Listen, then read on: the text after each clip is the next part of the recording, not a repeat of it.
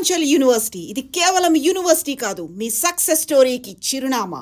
కారణం జరిగిపోయింది. అయ్యలారా, అయ్యలారా, బాబులారా, నా బతుకు బుక్కిపాలైపోయింది. చూడండి బాబు, చూడండి ఈ అన్యాయాన్ని, ఈ దారుణాన్ని కల్లారా చూడండి బాబు, కల్లారా చూడండి బాబు. హరి బాబు, చూడు బాబు ఈ అన్యాయాన్ని, చూసి న్యాయం చెప్పు హరి బాబు. చూడండి బాబు, చూడండి ఎంత ఘోరం జరిగిపోనాలో చూడండి బాబు. మేము ఎవరికి ఏ పాపం చేశామని మా కడుపులో ఇలా ఆరని చచ్చి పెట్టారు బాబు. ఇదిగో ఏ అన్యాయం చెయ్యని నా కూతుర్ని ఇలా ఎందుకు చంపేయాల్సి వచ్చింది బాబు. ఈ అన్యాయం చేసిన ఆ కిరాతకుడు ఎవరినో శిక్షించి మాకు న్యాయం చెయ్యండి బాబు.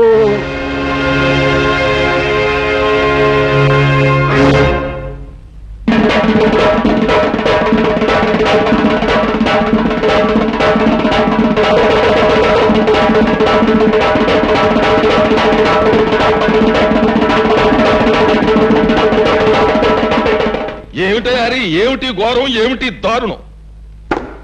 రాయుడు గారు, ఒకరి మోసానికి బలైపోయింది అమాయకురాలు. ఒక డబ్బున్న వాడి మాటలు నమ్మి ఆశపడి అంతమైపోయింది పేదపిల్ల.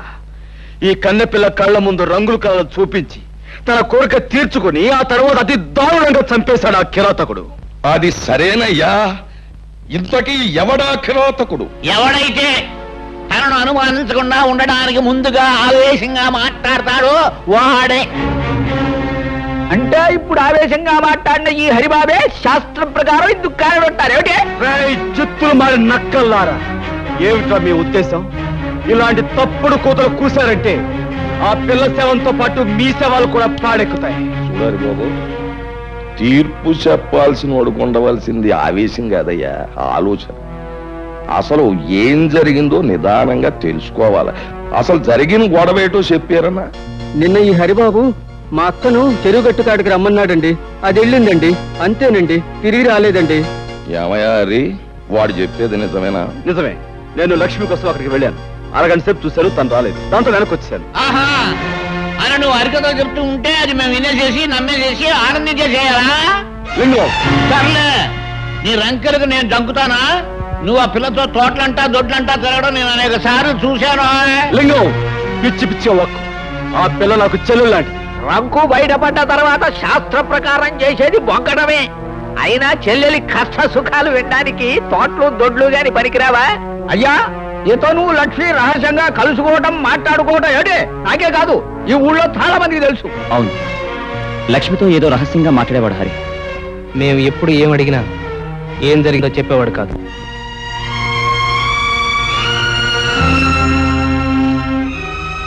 పునరావు, నువ్వు కూడా నన్ను అనుమానిస్తున్నావా? 10 మందికి మంచి చెయ్యాలని మిమ్మల్ని నాతో కలుపుకున్నందుకు నన్నే అనుమానిస్తున్నారా? నువ్వు ఆ ప్రతియోడి మీదకి ఎదురెళ్ళిపోతే గొడవ తేలదు. అసలు నిజమేటో చెప్పి. అయ్యా, శాస్త్ర ప్రకారం శవం చేతిలో ఏదో ఉంది ఏమిటి? వెళ్ళి చూడు. అయ్యా, ఇంకెవరూ సాక్ష్యం చెప్పక్కర్లేదు. తన సాగు కారకులు ఎవరో తన గుప్పింట్లోనే పెట్టు తెచ్చింది. మనం చెరువు గట్టు దగ్గర కలుసుకుందాం అనుకున్నాం. ఇవాళ నాకు వేరే పనుంది కనుక రేపు సాయంకాలం అక్కడే కలుసుకుందాం. ఇట్లు ముద్దులతో హరి. విన్నారుగా అంతా? అబద్ధం. ఈ చిడి నేను రాయలేదు. లేకపోతే నేను రాశానంటావా? ఇంకా ఎందుకయ్యా బుకాయిస్తావు? ఇలాంటి ప్రేమలేఖలు రాసి ఆ పిల్లని ఒళ్ళో వేసుకున్నావు. తోటలు దొడ్లు తిప్పి నీ సరదా తీర్చుకున్నావు. శ్రీరామనవమి నాడు అది నెల తప్పిందని తెలుసుకున్నావు. నాకు దారేమిటి అనేది అడిగితే చెరువుగట్టుకు రమ్మన్నావు. శాస్త్ర ప్రకారం ఎవరూ చూడకుండా దాన్ని పీకలోకి చంపేశావు. ఇప్పుడు నీ మీద అనుమానం రాకుండా డప్పు కొట్టి చిందులేస్తున్నావు ఏమిటి? నన్ను అన్యాయంగా నిందించకండి. ఈ నేరం నాది కాదు. నేను చెప్పేది వినండి, నా మాట నమ్మండి.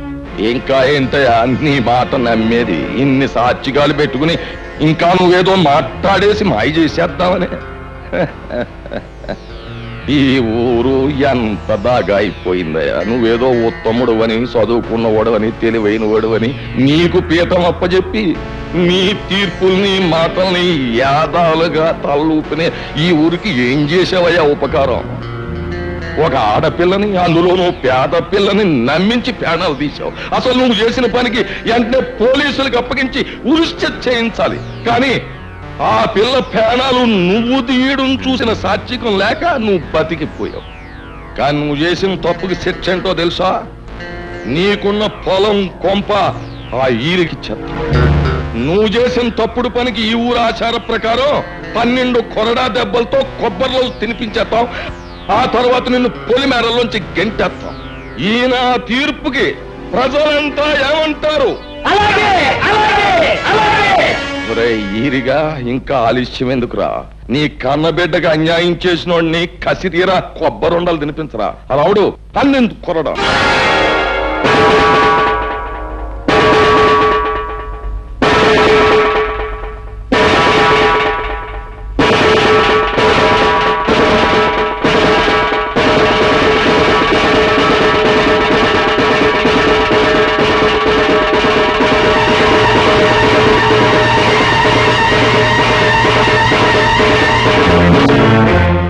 రాముడు, ఇది ముసలోడు వల్ల అయ్యే పని కాదు గాని నువ్వే కొరడా అందుకుని శిక్ష అమలు పరిచి.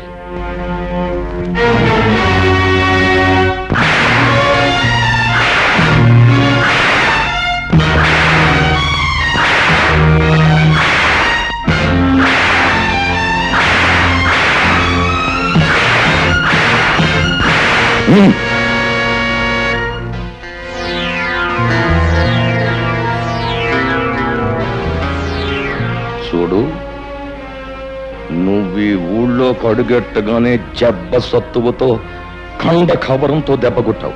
ఇప్పుడు నేను కొట్టాను దెబ్బ. జబ్బ సత్తువతో కాదు, బుర్ర బలంతో. అది రాయుడు గారి దెబ్బ అంటే. అమ్మో అమ్ము, ఏళ్ల పెళ్ళాలు తాడు పెట్టిక్కిన తెగ, ఏళ్ల నోరు పడిపాను, ఏళ్ల కాష్టాలు కాలిపాను. పసిబిడ్డను చేసి అట్ట వాతలు తెలియదట్టు కొట్టడానికి వాళ్ళ చేతులు అట్ట వచ్చినాయో, ఏళ్ల చేతులు ఇరిగిపోను. మరి ఈ రాయుడుగాడి ఆగడాలు మితిమీరిపోయినాయి. ఆయన నలుగురిలోనూ నిలబెట్టి ఇంత గడ్డి పెడితే తప్పితే బుద్ధి రాదు. చూస్తా చూస్తా ఆడి సంగతి నేను తెలుస్తాగా. నువ్వు ఊరుకోరా. ఇదిగో అమ్మాయి, బిడ్డను జాగ్రత్తగా చూసుకోమ్మా. నేను వస్తా. మంచి పని చేయడం తప్ప మరొకటి తెలియదు. నువ్వు ఇలాంటి పని చేసావని ఎలా అనగలిగారయ్యా? ఆ రాయుడు తలుచుకుంటే గుళ్ళో ఉన్న దేవుడు కూడా తప్పు చేశాడని నిరూపించగలడు పార్వతి. పాపమే ఊపిరిగా బతుకుతున్న రాయుడు మంచిని భరించలేడు, సహించలేడు. అతనే కదండి బాబుని ఇంతవాడు అంతవాడు అని పొగిడి పెద్దరికి వంటగట్టింది. అదేనే రాయుడు రాజకీయం. ఎదటివాడు మంచివాడు 10 మందికి కావలసిన వాడైనప్పుడు వాడు దెబ్బతీసేది శక్తితో కాదు, యుక్తితో. బాధపడకు బాబు, ఈ దెబ్బలు 2 రోజుల్లో నయమైపోతాయి. నేను బాధపడేది ఈ దెబ్బల గురించి కాదమ్మా, నా మనసుకు తగిలిన దెబ్బ గురించి. ఆ రాయుడు మాయలో పడి నా వాళ్ళు, నేను నమ్మిన వాళ్ళు నన్ను అనుమానించేందుకు బాధపడుతున్నాను. ప్రజలు గొర్రెల మందల లాంటి వాళ్ళు. రాయుడు లాంటి స్వార్థపరులు, దుర్మార్గులు వాళ్ళని తెలివిగా తప్పుదారి పట్టిస్తూ ఉంటారు. వాళ్ళని ప్రయోజనం లేదు. చూస్తూ ఉండండి, ఈ గొర్రెల మందల్లాంటి ప్రజల్ని గర్జించే సింహాలుగా మార్చి ఆ రాయుడి మీద కుదులుతాను. నాపై పడ్డ ఈ అపనిందన తుడిచేసి నిజమేమిటో వాళ్ళకి తెలిసొచ్చేలా చేస్తాను. ఆ రాయుడు దెబ్బ కొట్టింది నీటి పోవులు కాదు, తాచు పోవులని నిలుస్తాను. బాబు, రే రాయుడు, నీ బతుకులో నిప్పెట్ట. అన్యాయంగా హరిబాబు మీదకి నేరం నెట్టి నీ ముదనష్టం పంచాయతీలో పెట్టి ఆయన కొట్టించి ఊరి నుంచి గంటేస్తావంటా. నువ్వు నీ పెద్దరకు నీ పంచాయతీ బూడిదైపోను. ఒరేయ్, ఇన్ని సంవత్సరాలుగా నిన్ను చూస్తున్నానే, భయపెట్టో మాయ చేసో నా బిడ్డను నీ గుప్పిట్టో పెట్టుకున్నావు. నా కూతుర్ని అల్లుడిని ఊరి నుంచి తరిమేశావు. నా వాళ్ళని నాకు కాకుండా చేస్తున్నావు కదరా. నీ నోరుపాడా ఊళ్ళో మంచిని చంపేశావు. నీ మాటకి ఎదురు లేకుండా చేసుకున్నావు కదరా సచ్చినాడా. ఇవాళ హరిబాబు నీ ఆటలు సాగనివ్వటం లేదనేగా ఆడి మీద అంత నిందేశా. ఒరే రాయుడు, ఈరిగాడు కూతురికి అన్యాయం చేసింది నీ కొడుకేరా. వాళ్ళిద్దరూ కలిసి తోటలెమ్మటా దొడ్లెమ్మటా తిరగటం నా కళ్ళారా చూశాను రా. ముదనష్టం చచ్చినాడు. రేయ్, నిన్నంత తేలిగ్గా వదలనురా. నిజాలన్నీ కూడగట్టుకొని సాక్ష్యాలన్నీ తీసుకొని ఆ రచ్చబండ దగ్గర నీ బతుకు బజారు పారయ్యేటట్టు చేస్తాను. ఊళ్ళో వాళ్ళందరి చేతుల్లో నువ్వు కుక్క సాగుదచ్చేటట్టు చేస్తాను రా. రేయ్, ఈ జగ్గమ్మ నీ పాలిట అమ్మోరైపోతుంది. నిన్ను సర్వనాశనం చేస్తుంది. జాగ్రత్త. ఒరే, నీకు ఒక కూతురు ఉంది కదా, దానికి ఊళ్ళో వాళ్ళందరూ ఉసురు తగలకుండా చూసుకోరా. నీ బతుకు చెడ మొదలస్తాం చచ్చినాడు. పంతులు ఎల్రా. ఆ ముసలి దాని ఇష్టం వచ్చినట్టు రెచ్చిపోయి తిట్టేస్తున్నా. నేను ఒక్క మాట కూడా జవాబు ఇవ్వలేదంటే ఏం చేతంటావు? మనకున్న లెవెలింగ్ కి అలాంటి ఆడదాని నోట్లో నోరెట్టకూడదు అని. బాగా సెలవిచ్చారు. రాముడు, ఆ ముసలి దానికి చింత చిగురు మేక మాంసం అంటే వద్దులే.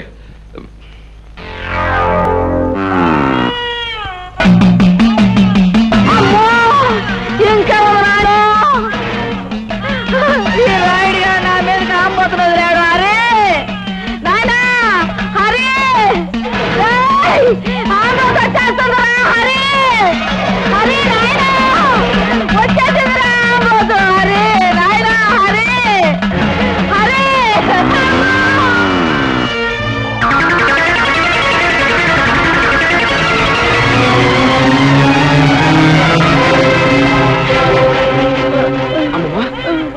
అమ్మమ్మ, బాబా, ఎంతో మందికి ఎన్నో ఉపకారాలు చేశావు. నాకు నాకు ఒక ఉపకారం చేస్తావా? చెప్పమ్మా. బాబు, నీ చేత్తో నాకు తల్ల కొరివి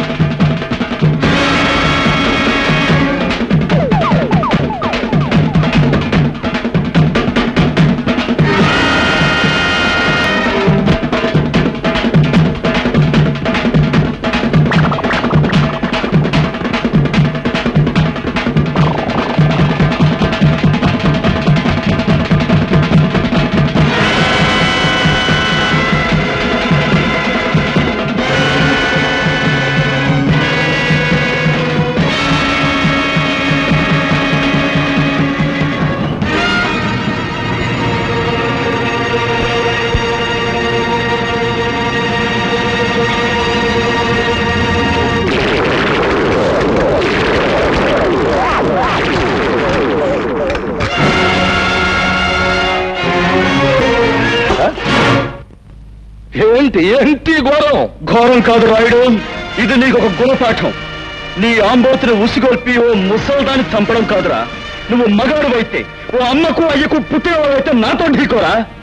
కంగారు పడకు, ఆ రోజు వస్తుంది. రే, పైన దేవుడు ఒకడు ఉన్నాడు, అన్నీ ఆడే చూసుకుంటాడు. దేవుడే ఉంటే నువ్వు చేసే ఈ ఘోరాలకి నిన్నెప్పుడో బూడి చేసేవాడు. రాయుడు, నేను ఇక్కడ వచ్చింది నీ అంతు చూడ్డానికి. నీటోళ్ళు చాలా మంది వచ్చారు, జిలేబీలు హల్వాలు తినేసి బాల్చీలు తన్నేశారు. నీకు ఆగతే పడదు. అది చూస్తారా? ప్రాణాలు తీసే పశువు కొమ్ములైనా పాము కూరలైనా పీకి పారేసే నేను కనిపించని కొమ్ములు కూరలు ఉన్న నీలాంటి రాక్షసుని మాత్రం వదిలిపెట్టను. ఎప్పుడో నీ ఆంబోతులాగే నువ్వు నా చేతిలో చస్తావు, గుర్తుంచుకో.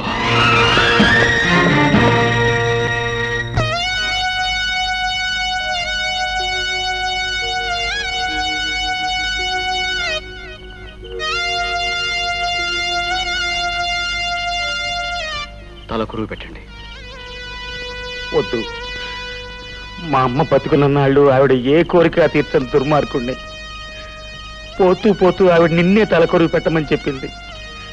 ఇప్పుడు నేను ఈ పని చేసి ఆవిడ ఆఖరి కోరిక కూడా తీర్చని పాపాత్ముడిని కాలేను. నీ చేతుల మీదుగానే కానీ సందేహించకు బాబు, ఆమె ఆఖరి కోరిక నెరవేర్చు.